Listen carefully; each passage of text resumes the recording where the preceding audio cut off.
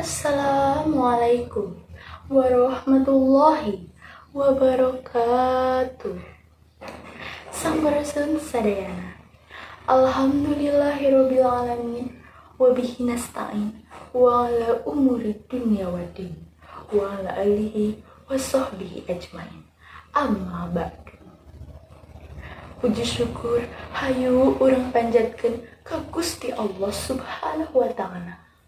Kalian rahmat sareng hidayahna urang sadaya masih dipasihan kesehatan dugi ka dinten aya.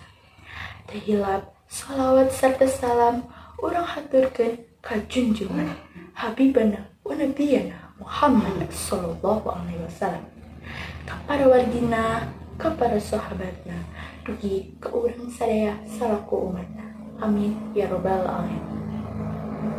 Bapak sareng ibu guru anu kusim kuring dipihormat, sareng raden jangan anu kusim kuring dipika cinta. Di dieu abdi bade ngadugikeun hiji biantara anu cicenanya eta semangat diajar di tengah wabah.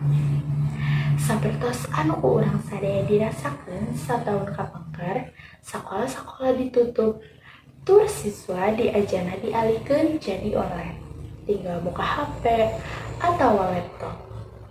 Dampak COVID-19 oge, jutaan pendidik dituntut kedah tiasa ngelakukan pembelajaran di bumi. Hal ieu dilakukan ambeh urang sadaya tiasa ngajaga diri di COVID-19.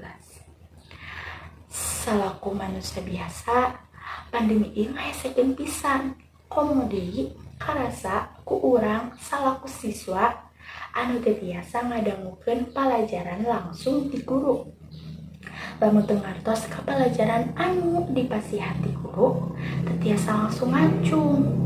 Kudu nga-WhatsApp guruna heula ayeuna mah lantaran teu paamprok jonghok patepang rarai. Urang sadaya kudu bisa bangkit jeung angger diajar. Ulah jadi males ku ayeuna pandemi ieu. Kusabab urang sadaya gaduh cita-cita anu kudu diwujudkeun. Bapak sareng ibu guru anu kusim kuring dipihormat, di kesempatan ieu abdi bade ngahaturkeun apresiasi ka sadaya guru anu atos sabar nyang haripan siswa-siswina sareng semangat anu luhur di bapak sareng ibu guru sadaya kumargi profesi anu mulia nyaeta salah sahijina guru. Urang salaku siswana oge kedah semangat pikeun diajar, ulah jadikeun COVID-19 ieu panghalang urang teu diajar. Mugi-mugi urang sadaya tiasa enggal sakola deui.